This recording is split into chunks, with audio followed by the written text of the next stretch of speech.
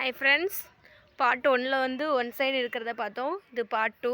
ஒரே தொட்டியில் இருந்த செடியை வந்து 3 தான் நான் மாற்றி வச்சுருக்கேன். இது எத்தனையோ தொட்டிகளில் மாற்றி வைக்கலாங்க. ஒரே ஒரு இதை மட்டும் எடுத்து அவ்வளவு மொட்டுக்கள் இதில் இருந்தது.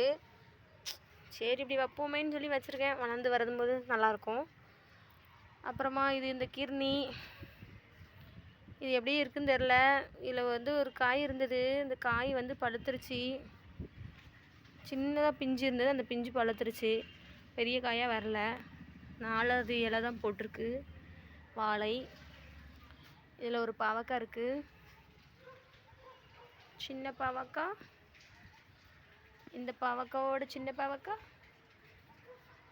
அதோட சின்ன பாவக்காய், இதோட சின்ன பாவக்காய். பாவக்காய் பார்த்தாச்சா?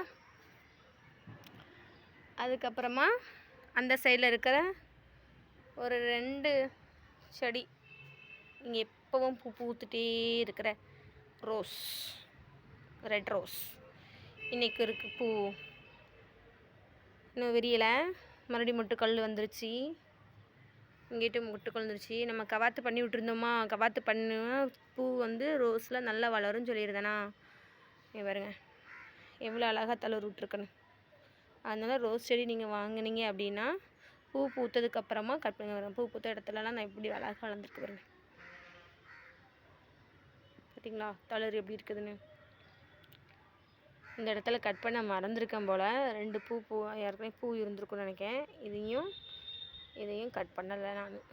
இந்த பாருங்கள், நம்ம போன டைம் கட் பண்ணியிருந்தோமா, கட் பண்ண பக்கத்தில் தளர் விட்டுட்டு பாருங்க. கட் பண்ணிட்டீங்க அப்படின்னாலே தளிர் அதிகமாகிடும்.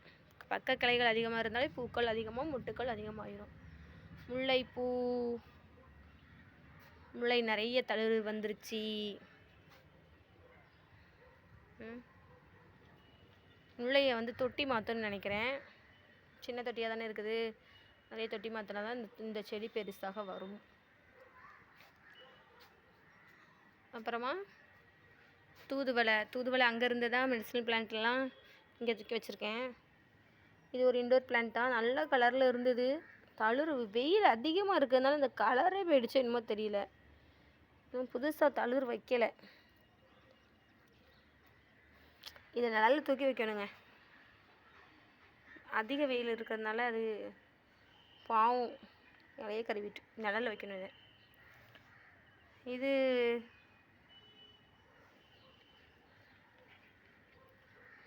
டிசம்பர் பூ, பிங்க் கலரு. மொட்டு இருக்குது பாருங்கள். பூ பூத்த பிறகு காமிக்கிறேன்.